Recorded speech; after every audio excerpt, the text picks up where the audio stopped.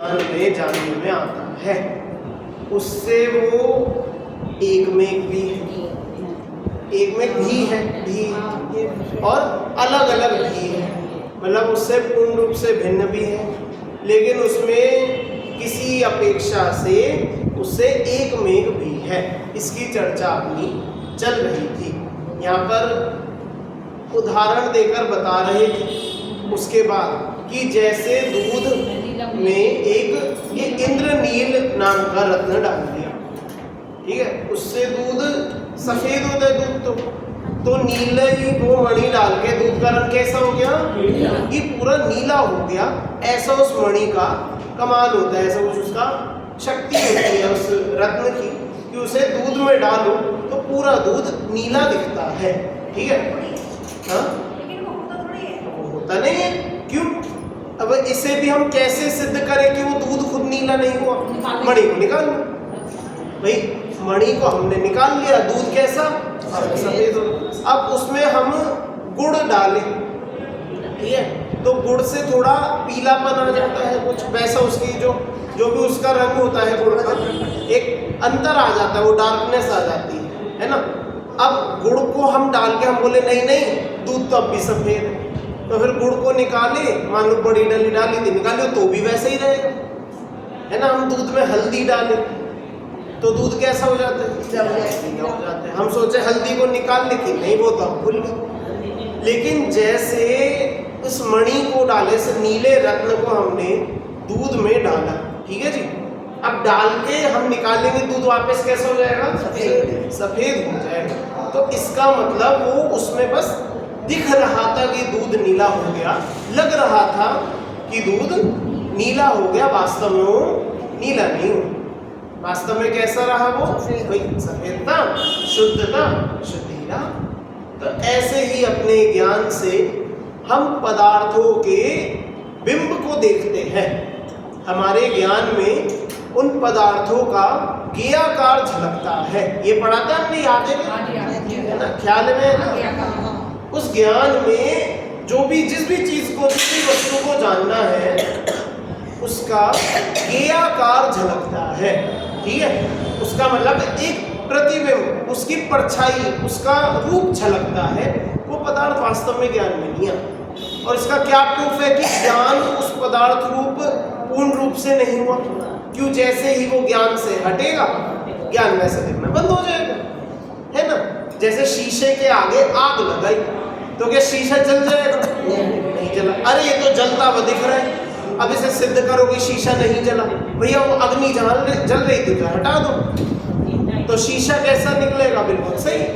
तो ऐसे ही ज्ञान में कुछ भी दिखे, ज्ञान बिल्कुल निर्मल ही रहता है। लेकिन यहाँ पर हम क्या पढ़ रहे थे बात कि क्योंकि उस ज्ञान में दिख रहा है, और वो जो प्रतिबिंब है, जो ज्ञेयाकार है, वो कार्य किससे आया? वो जो ज्ञान में दिखा वो किसका रूप है? वो किसी पदार्थ का प्रतिबिंब है ना। तो उस पदार्थ में और उस ज्ञान में बने ज्ञेयाकार में कारण कार्य संबंध है। कौन सा संबंध है? कारण कार्य संबंध। और इस कारण कार्य संबंध के होने से क्या होता है?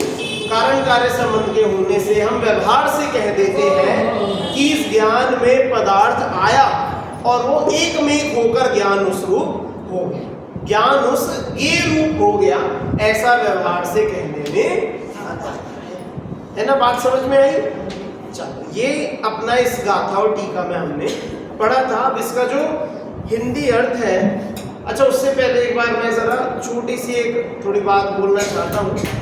आज मुझे हुई बहुत देर, इसका मैं कारण बताता हूँ। मैं घर से 7:40 पर निकल गया था और रास्ते में बहुत 7:40 से निकलकर मैंने सोचा यहाँ आत्मा को कर्ता और ज्ञान को कारण रूप में प्रस्तुत किया गया है।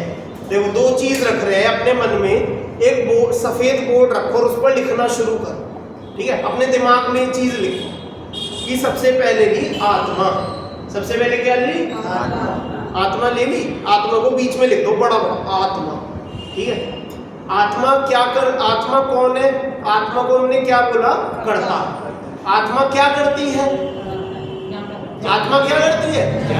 जानती है, देखती है, सुख दुख का अनुभव करती है। ठीक है, ज्ञान तो हम सबको पता है ना आत्मा का।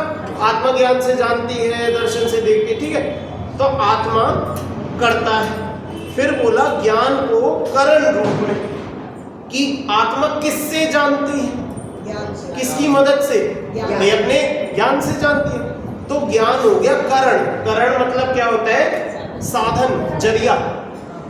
किसी भी काम को करने का जो जरिया होता है उसे क्या बोलते हैं? साधन। मतलब साधन बोलते हैं, करण बोलते हैं। तो यहाँ पर आत्मा को कर्ता और ज्ञान को करण रूप में प्रस्तुत किया गया है। ठीक है, तथा आत्मा और ज्ञान दोनों को ही पदार्थों में व्याप्त कहा गया है, अर्थात उन्हें सर्वगत कहा गया है।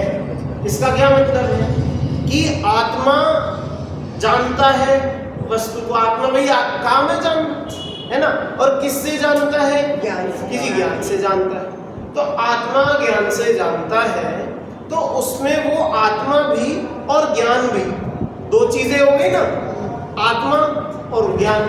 तो ये दोनों ही उस वस्तु को जानने के लिए उसमें व्याप्त होती है। क्या होती है? व्याप्त। क्या होती है?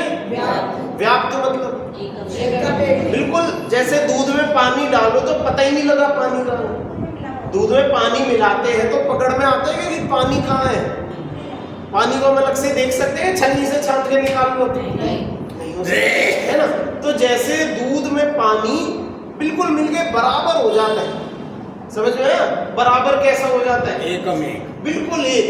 तो ऐसे यहाँ पर वैसे ही कहना चाह रहे हैं कि देखने में ऐसा लगता है कि आत्मा और ज्ञान वस्तु में एक हो गए, बिल्कुल ऐसा दिखता है, बिल्कुल ऐसा हो जाता है। देखो कि दोनों को ही पदार्थों में व्याप्त कहा गया है, अर्थात उन्हें सर्वगत कहा गया है कि सब वस्तुओं में बिल्कुल व्याप्त होकर आत्मा उन्हें जानती है। देखो आत्मा ज्ञान द्वारा पदार्थों को जानता है। ठीक है, आत्मा किससे जानता है पदार्थों को?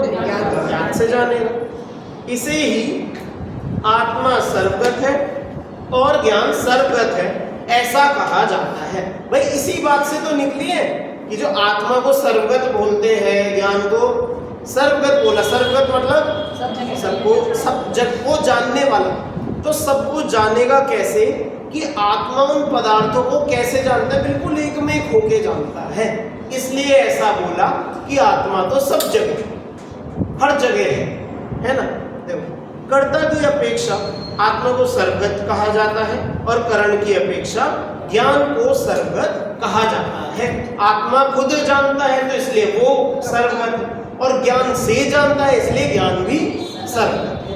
समझ में आएगा? अब देखो, अब मेन बात पे आते हैं जरा। अब थोड़ा ये तो इसकी भूमिका बन गई, अब जो बात हमें आज समझनी है। देखो इस बात को यहाँ दूध में पड़े हुए इंद्रनील रत्न का उदाहरण देकर समझाया गया है।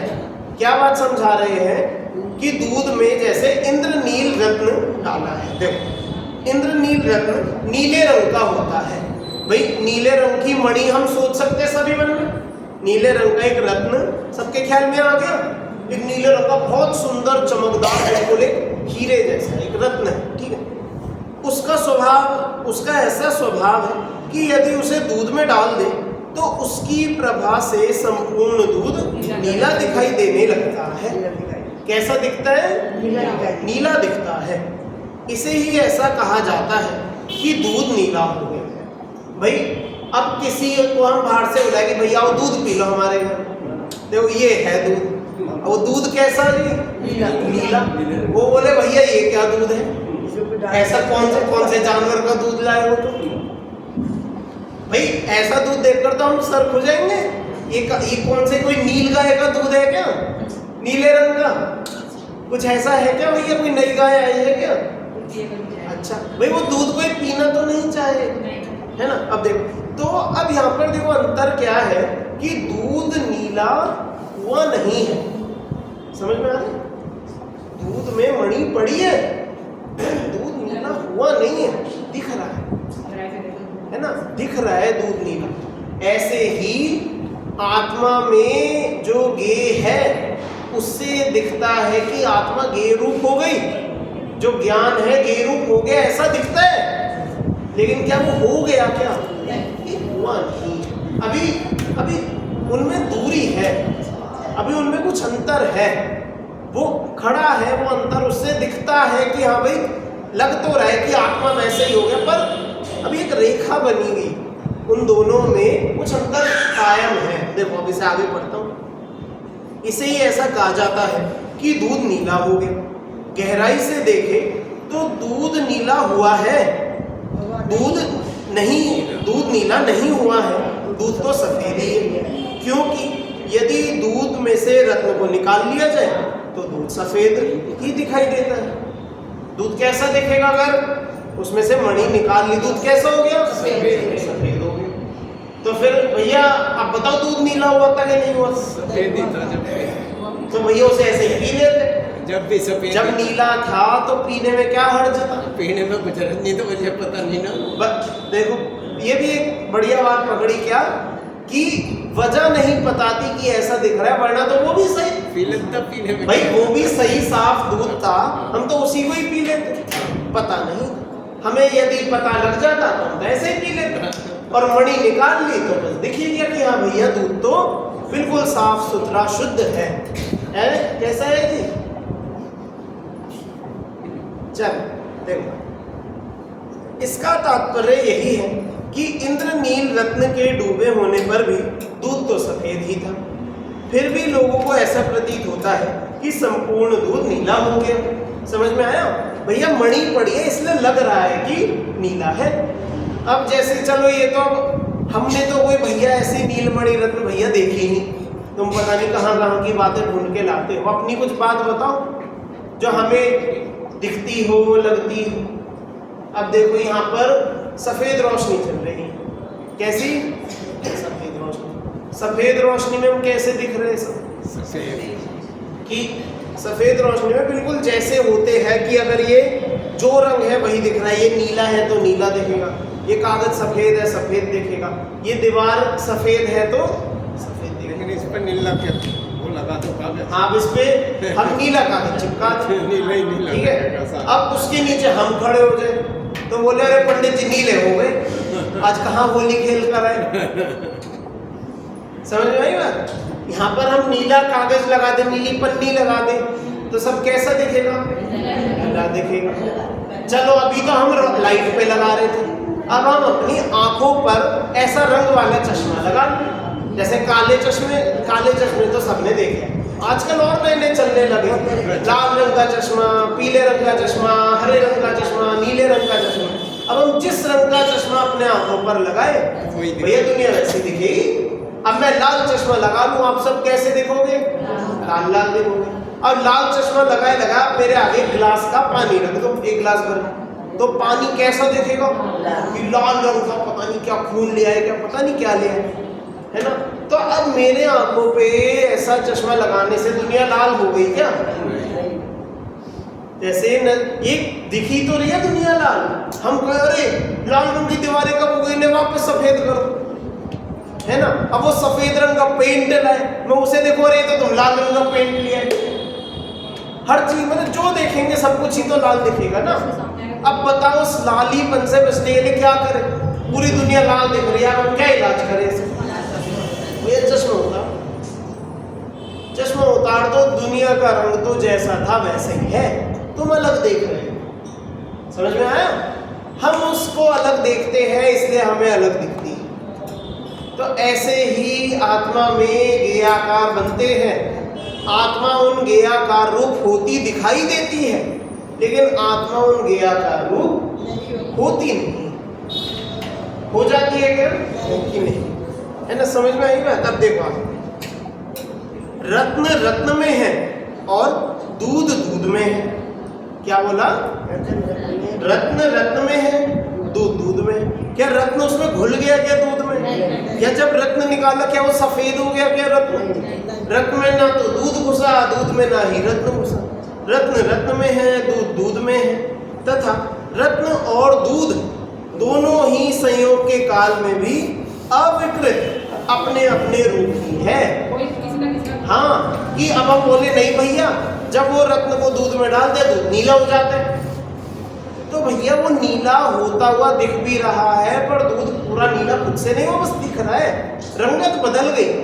जैसे चश्मा लगाया था और हमें पूरी दुनिया लाल काली पीली दिख रही थी, ऐसे ही दूध भी नीला दिख रहा है। दूध नीला हुआ नहीं है, हुआ नहीं है, नीला दिख रहा है ना। तो अब देखो, दोनों ही संयोग काल में भी अविकृत अपने अपने रूप में ही रहे, मतलब उनमें कुछ बदलाव नहीं आया। देखो, तथापि रत्न की प्रभा से दूध रत्न के समान नीला दिखाई देता है, इस कारण व्यवहार नए से दूध को नीला कह दिया जाता है, और उस रत्न की प्रभा संपूर्ण दूध में फैल गई कही जाती है। क्या बोला?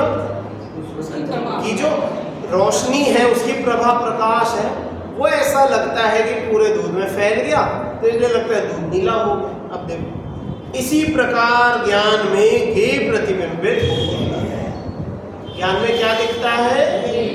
ज्ञान में गे मतलब ज्ञान जिनको जानता है, ज्ञान में जो बनता है उन्हें गे बोलते हैं। इसी प्रकार ज्ञान में गे प्रतिबिंबित होते हैं, तो ज्ञान गेयाकार दिखाई देने लगता है। कैसा दिखता है? ज्ञान गेयाकार रूप दिखाई देता है। यद्यपि गेयों को जानते समय भी ज्ञान तो ज्ञान रूप ही रहता है। क्या बोला? भाई ज्ञान गे को जानते समय ऐसा होता है कि भैया ज्ञान वो गेयाकार दिख रहे, तो मतलब ज्ञान वही हो गया, लेकिन उस रूप होते समय भी ऐसा दिख रहा है कि ज्ञान वो गे रूप हो गया, उस समय भी गे तो गे रूप रहे, और जो ज्ञान है वो शुद्ध निर्मल ज्ञान ही रहा। यद्यपि गेयों को जानते समय भी ज्ञान तो ज्ञान रूप ही रहता है, गे रूप नहीं होता, और गे रूप रहते हैं, ज्ञान रूप नहीं होते। तथापि गे ज्ञान में ज्ञात होते हैं, इस कारण ज्ञान को सर्वगत कहा जाता है, क्योंकि गे उसी ज्ञान से दिखेंगे ना। वो जो गे है वो झलकियां कहाँ दिखेंगी? कि उसी ज्ञान में दिखेंगी। तो इसलिए बोलते हैं कि ज्ञान सर्वगत हो गया, ज्ञान ने सबको जान लिया, इसलिए बोला जाता है। और वे गे ज्ञान में आ गए कहे जाते हैं कि भाई जैसे ज्ञान ने उन सबको जान लिया, तो वो सब उस ज्ञान में आ गए, इसलिए ऐसा कह देते हैं कि ज्ञान गे में आ गए, कि जो गे है वो ज्ञानगत हो गए और जो ज्ञान है वो सर्वगत हो गए, इसलिए ऐसा कहते हैं। समझ में आई बात की नहीं? पहले तो आप ये बताओ, आई ना बात समझ में? ज्ञान नहीं, उसे ज्ञान नहीं, हाँ, भिन्न भिन्न सत्ता नहीं कोई सिखाया। हाँ, जैसे ये भजन बताया, इसमें बात यही है, सत्य बात बिल्कुल यही है कि ज्ञान तो ज्ञान में ही रहेंगे, गे में ही रहेंगे, लेकिन उपचार से हमें कहना पड़ेगा क्या? कि ज्ञान में गे झलकते हैं, इसलिए ज्ञान गे रूप होते हैं। व्यवहार का कथन है, देखो यहाँ पता है ना, बार बार कह रहे हैं कि कारण कार्य की अपेक्षा व्यवहार से जो पदार्थ है ज्ञान उन रूप हो जाता है, ज्ञान उन पदार्थों कारण कार्य अपेक्षा वो कहलाता है। देखो, अब पदार्थों का स्वयं का स्वरूप है बिंब, और पदार्थों का स्वयं का स्वरूप है बिंब और दर्पण में झलकता हुआ उनका रूप है प्रतिबिंब। देखो मैं गलत पढ़ दिया, इसे फिर से पढ़ता हूँ। पदार्थों का स्वयं का स्वरूप है बिंब, ऐसा जो पदार्थ है वो तो खुद में क्या है? बिंब। बिंब मतलब जो वस्तु, बिंब मतलब वस्तु।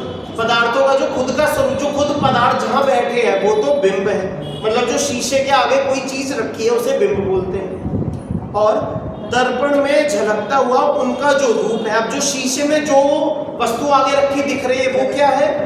वो झलक है, प्रतिबिंब है। समझ में आया? बिंब प्रतिबिंब। बिंब मतलब जो वस्तु है, स्वरूप रूप वाली जो वस्तु वो बिंब है, और जो शीशे में दिखा वो प्रतिबिंब हो गया, है ना। प्रतिबिंब का निमित्त तो बिंब है। भैया प्रतिबिंब किसका दिख रहा है तुम्हें? जब तक कोई आगे चीज नहीं रखी होगी शीशे में क्या दिखेगा? शीशे में क्या दिखेगा बताओ? अच्छा आप एक चीज बताओ, आपने कभी कोई ऐसा शीशा देखा है जिसमें कुछ ना दिखता हो? हाँ, ऐसा भी है, शीशा है। ये कैसा होता है? उसके पीछे तो उतार तो फिर कुछ नहीं दिखाई देने का। हाँ अरे मतलब वो पीछे देखो, शीशा होता ही वो है जिसके सामने की चीज उसमें झलके, उसी को शीशा बोलते हैं। अब आप शीशे में से पीछे वो उसकी उतार दो तो कांच बन गया। वो तो जो खिड़की पे कांच लगता है उसके तो आर पार दिखता है, शीशा थोड़ी रहा है। तो शीशा तो कहते ही उसे है जो अपने सामने की वस्तु को झलका है। समझ में आई बात? तो अब ऐसा शीशा क्या आपने दुनिया में देखा है जिसमें कुछ दिखता ना हो? कि शीशे का मतलब ही वो है जिसमें सामने की चीज झलकती है ना। अच्छा ऐसा कौन सा शीशा है जिसमें कुछ ना झलकता? कि शीशे के आगे नियम से कुछ ना कुछ तो हो गई और उसके आगे जो होगा वही दिखा देगा। शीशे के आगे आप रोशनी करोगे, रोशनी दिखा देगा। शीशे को आप यूं जमीन की तरफ कर दोगे, जमीन दिख जाएगी। अपने मुंह के आगे रख दोगे, मुंह दिखेगा। आप शीशे को ऊपर कर दो, अब सोचो कुछ ना दिखे तो शीशे में आसमान दिखेगा। आप बोलो रात में कर दे तो भैया रात का आकाश दिखेगा। अब जैसा भी हो, जो भी हो, सामने जो भी आएगा शीशे में वो दिखता है, नियम से दिखता है। समझ में आएगा?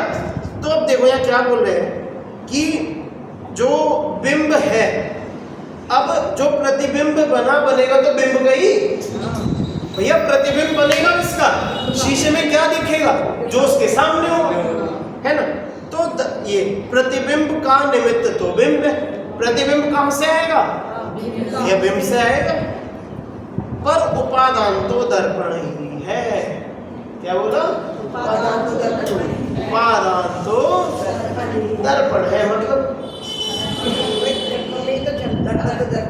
कि अगर शीशा ना होता तो क्या बात का प्रतिबिंब? वो वस्तु रखी है, पड़ा रखी हो, हमें क्या पता? जब शीशे में दिखेगी, हम तो शीशे में तभी देखेंगे ना। अब तो उसका जो प्रतिबिंब बना, उस प्रतिबिंब को जाना, तो उसमें उपादान कौन कहलाएगा? वो वस्तु कहलाएगी या प्रतिबिंब कहलाएगा? मतलब प्रतिबिंब का वो दर्पण कहलाएगा। तो उपादान तो उसमें झलकने का, शीशे में झलका, तो उपादान कौन इसमें? समझ में आई बात? कि दर्पण होगा तो ही वो उस वस्तु को झलकाएगा, प्रतिबिंब बनाएगा।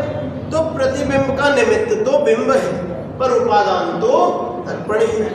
क्योंकि दर्पण में जो कुछ भी दिखाई देता है वह सब दर्पण की अवस्थाएं हैं। अब भैया शीशे में जो दिख रहा है वो कोई वस्तु थोड़ी मत चली गई। शीशे में जो दिख रहा है वो शीशे की अपनी खूबी है, शीशे की अपनी ताकत है कि वो उस वस्तु को दिखा रहा है, है ना। वो भाई शीशे के अपने ऊपर परमाणु शक्ति जो कुछ है भैया शीशे का ही है ना। हमने तो कुछ किया नहीं ना, उस वस्तु ने कुछ किया। तो इसलिए उपादान किसका कहलाएगा? उपादान कहलाएगा दर्पण का। अब इससे अपनी आत्मा पे आ जाओ। इसी प्रकार गेय पदार्थों का जो भी स्वरूप है वह तो उनका स्वयं का ही है। भाई जो वस्तु जैसी है उनका तो अपना खुद का स्वरूप है, वो उनका ही, ठीक है। परंतु ज्ञान दर्पण में जानने में आने वाला गेयों का प्रतिबिंब ज्ञान की रचना है। जो हमारे ज्ञान में गेयाकार बने, जो भी हमारे ज्ञान में दुनिया के पदार्थ झलके, वो सब किसकी अवस्था है? उन पदार्थों की ही ज्ञान की, वो सब ज्ञान की अवस्था। समझ में आया? क्यों? क्योंकि ज्ञान में जो झलक रहा है वो ज्ञान का परिणमन है ना भैया। जो ज्ञान में आया वो तो ज्ञान की पर्याय हो गई, और जो वस्तु थी, वस्तु के जिस स्वरूप को हम जान रहे हैं, वस्तु तो वहीं पड़ी है। वस्तु को जानने ना जानने से उस पर कोई असर थोड़ी पड़ेगा। कल मैंने देखो ये बात समझाई थी पिछली कक्षा में, ये चूंकि थोड़ी गुजर गया। बस अपनी आत्मा में हम जिस वस्तु को जाने वो आएगी नहीं, जाएगी नहीं, बनेगी नहीं, नष्ट नहीं होगी, उसका कुछ नहीं होगा। वस्तु तो जैसी की तैसी रहेगी। समझ में आएगा? तो ज्ञान में जो भी जानने में आया वो किसका परिणमन है? ज्ञान का कि परवस्तु का? कि ज्ञान में जो जानने में आएगा वो तो ज्ञान का ही परिणमन है ना। देखो इसी प्रकार गेय पदार्थों को का जो भी स्वरूप है वह तो उनका स्वयं का ही है, परंतु ज्ञान दर्पण में जानने में आने वाला गेयों का प्रतिबिंब ज्ञान की रचना है। समझाए किसकी रचना है? ज्ञान की रचना है। यद्यपि उनका उनका मतलब प्रतिबिंब रूप गेयाकार होगा, मतलब जो ज्ञान में जो भी जानने में आ रहा है। अभी गेयाकार बोला, गेयाकार मतलब ज्ञान में जो भी जानने में आ रहा है ना, जो भी पदार्थ जो जानने में आ रहा है यद्यपि उन गेयाकारों का गेय रूप निमित्त गेय पदार्थ है। भैया इस टेबल को जानना है, टेबल को जानने के लिए टेबल को तो होना पड़ेगा ना। अब टेबल हो ही ना तो क्या जाने, है ना। तो इसलिए टेबल तो यहाँ पर है। टेबल अपनी किस रूप निमित्त है? गेय रूप से निमित्त है भैया। वो गेय के गेय पदार्थ है, हमने इसे जाना तो इसी में से ही आया वो प्रतिबिंब, तो इसलिए उसका निमित्तता तो है उस पदार्थ का। तथापि उन गेयाकार रूप गेयों को जानने वाली उन ज्ञानाकार रूप ज्ञान पर्यायों का उपादान तो ज्ञान ही है, आत्मा ही है। कि वो जो ज्ञानाकार रूप, जो आकृति बनी, जो ज्ञान में जो बना, उसको जानने का काम किसका है? ज्ञान का है। उनको बनाने का काम किसका है? ज्ञान का। उनको जो पदार्थ झलक रहे हैं उनको अपने में झलकाने का काम किसका है? ज्ञान का। हाँ, ज्ञान की स्वच्छता है भाई। ज्ञान का ऐसा कमाल है, ज्ञान के सामने जो आता है वही का वही दिखता है। जैसा शीशा है ना, शीशे का भी यदि बिल्कुल निर्मल साफ शीशा हो तो उसके सामने जो भी जैसा भी होगा वैसा का वैसा ही दिखेगा। जो ज्ञान जानते हैं वे ज्ञान की ही रचना। हाँ, ज्ञान से भी उस ज्ञान ही जानते। अब देखो ना, अपन भजन, अब आंटी जी इतने भजन याद करें, सब भजन बने कहाँ से हैं? इन्हीं ग्रंथों की तो देन है। अब ये पता है भजनों से होता, कहते हैं वो भजन बहुत बढ़िया है, इस समय पर याद करने लायक भी है उन भजनों से, लेकिन होता क्या, वो बातें सुन सुन के हमें लगता है पता नहीं कुछ बातें नहीं समझ। हम तो उसकी धुन में, गीत में, इन चीज़ों में थोड़ा उसे जाते हैं। अब वो बात इतनी गहरी गहरी, ऐसी बड़ी बड़ी ग्रंथों की बातें केवल भजनों पर प्रवचन चले तो समझ में आए, उन्हें कोई समझाते नहीं। उनमें तो गीत गान में, बाजे गाजे में खत्म हो जाते हैं भजन। क्या पता लगता है कि क्या चल रहा है भजनों में, है ना। तो भजनों पर भी जो ऐसे आध्यात्मिक भजन है, इन पर भी अपन गाजे वाजे ना करके इनकी चर्चा करें तो ये उनका वास्तविक फल मिले। अभी देखो इतनी सी चर्चा में आपने 2 भजन हमें याद दिला दी कि नहीं। ऐसे ऐसे भजन हमारे गीतकारों ने लिखे हैं, हमारे भजनकारों ने लिखे हैं। समझ में आया? मतलब भजन भी पढ़ते हुए हमें यही याद है, इससे बढ़िया क्या बात। चलो देखो इसे अब देखते हैं। यद्यपि उनका गेय रूप निमित्त गेय पदार्थ ही है, तथापि उन गेयाकार रूप गेयों को जानने वाली उन ज्ञानाकार रूप ज्ञान पर्यायों का उपादान तो ज्ञान ही है।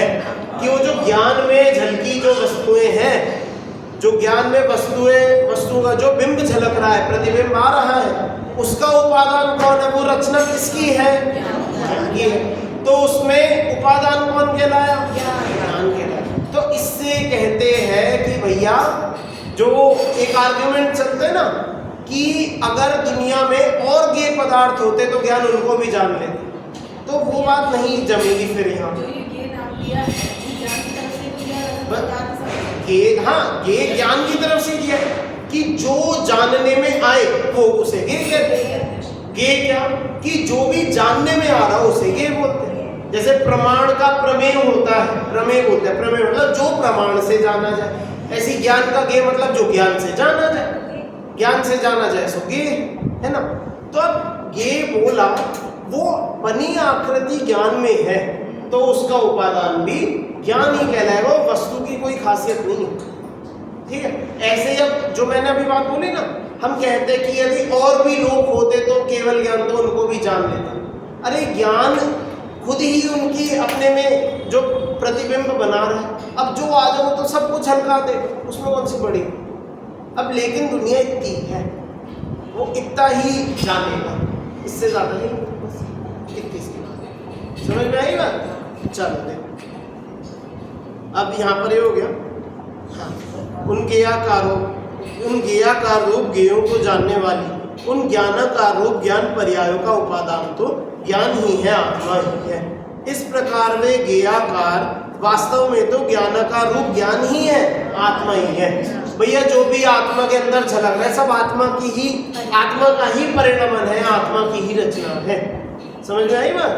चल, संपूर्ण विश्लेषण का सार यही है कि यद्यपि निश्चय से आत्मा अपने में ही रहता है, तथापि समस्त ज्ञेयों को जानने के कारण आत्मा और ज्ञान सर्वगत है, और समस्त ज्ञेय आत्मा में प्रतिबिंबित हो जाने के कारण वे सभी ज्ञेय ज्ञानगत है, आत्मगत है। इतना सा इस पूरे का क्या सार निकला? क्या सार निकला? कि आत्मा होने को अपने में है, ज्ञेय अपने को होने में अपने में है, लेकिन क्योंकि आत्मा सब ज्ञेयों को जान रहा है इसलिए सारे ज्ञेय आत्मगत है, और आत्मा क्योंकि उन सबको जान रहे तो इसलिए आत्मा भी सर्वगत है, सभी ज्ञेयगत है। ये इसका हमने सारांश समझा है। ये अच्छा ये बताओ, गाथा और जो भी पढ़ा इसमें आपको ख्याल रहा कि नहीं? यदि हम आपसे पूछे कि भैया आत्मा ज्ञान जो है, आत्मज्ञान वो वस्तु को कैसे जानता है, तो आप इसका क्या उत्तर देंगे? ये रूप से जानता है। ठीक है, मतलब उसमें घुस के जानता है, एक में होके जानता है। अरे ज्ञान से तो जानता है, वो ज्ञान जो है वो ज्ञान पदार्थों में एक में होता है नहीं होता, या फिर अलग ही रहता है क्या कि वो अलग? देखो अब उत्तर आपको ऐसे ही देना पड़ेगा मेल जोल वाला कि अलग, कि अपने अपने स्वरूप में रहते हुए भी एक में होकर जैसे दिखाई देते हैं, या फिर बोलो कि एक में दिखाई देने पर भी अपने अपने स्वरूप में।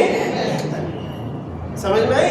इस तरह से उत्तर देंगे तो हम क्या कहलाएंगे? तो हम अनेकांतवादी कहलाएंगे। समझ में आई बात? तो इस तरह से हमने इसका पढ़ा। एक बार अगली गाथा के 2 लाइन के उत्थान का और ऐसे हम पढ़ते हैं। विगत गाथाओं में सबको देखने जानने के कारण आत्मा को सर्वगत सिद्ध किया गया है। ठीक है, अब इस गाथा में यह बताते हैं कि सबको देखते जानते हुए भी यह आत्मा बाह्य ज्ञेय पदार्थों से भिन्न ही है। कैसी है जी? कैसी है? भिन्न है, मतलब अलग। भैया सबको जान रहे हैं लेकिन जानते हुए भी उनसे बिल्कुल। अब देखो कैसी कैसी बातें करते हैं। अभी बता रहे थे एक भी है अलग भी है, फिर कह रहे नहीं नहीं एक ही है, अब कह रहे नहीं नहीं अलग ही है। भैया क्या हिसाब है? तब देखो यहाँ पर भी हम अपना खूब आराम से सोचो, इस पर विचार करो। हमने 7 भंग पढ़े, सप्तभंग पढ़े। इसका क्या मतलब होता है 7 भंग? बताओ कौन कौन से होते हैं? ढंग से बताओ। पहला भंग क्या? स्यात् अस्ति, दूसरा स्यात् नास्ति, तीसरा स्यात् अस्ति। अब देखो पहले 3 ही पकड़ो। जो इनसे सबसे पहले गाथा जो ये प्रकरण जहाँ से चालू हुआ वहाँ पर बता रहे थे कि ज्ञान उनको एक में होकर भी जानता है, नहीं भी होकर जानता है। तो एक ऐसा कथन हो गया, स्यात् अस्ति नास्ति वाला हो गया, है ना। फिर उसके बाद जो अभी गाथा पढ़ के इसमें क्या बताया कि वो एक में होकर जानता है, तो कैसा कथन हो गया? स्यात् अस्ति हो गया। और अब यहाँ अगली गाथा में क्या आ रहा है कि भैया जो ज्ञान है उससे बिल्कुल भिन्न होकर उसे जानता है, तो स्यात् नास्ति। भैया ये जो एक एक छोटी छोटी हम ये चीजें पढ़ते हैं सब कुछ यहीं से निकली हुई है। हर एक चीज का काम है भैया जिनागम को आप बहुत दम से पकड़ो, दम से पढ़ो, बिल्कुल एक एक चीज को ऐसे पढ़ो कि बिल्कुल आज ही सारा हमें पढ़ के खत्म है ना। तो अपने को ये थोड़ी महिमा और लगेगी। अब अपन कहाँ से हमने बचपन की पढ़ी हुई बातें, कोई सुने हुए भजन, कहाँ वो विषय कहाँ से निकले, कहाँ से मिल जाए, कुछ नहीं पता। तो इसकी बहुत महिमा करो। और इसका चलो अब आगे का तो अब हम अगली कक्षा में ही पढ़ेंगे। जो हमने पढ़ा इस पर खूब विचार करना, अपने लिए सोचना कि हम इससे हम क्या अपने लिए निकालें। ज्ञान अन्यों से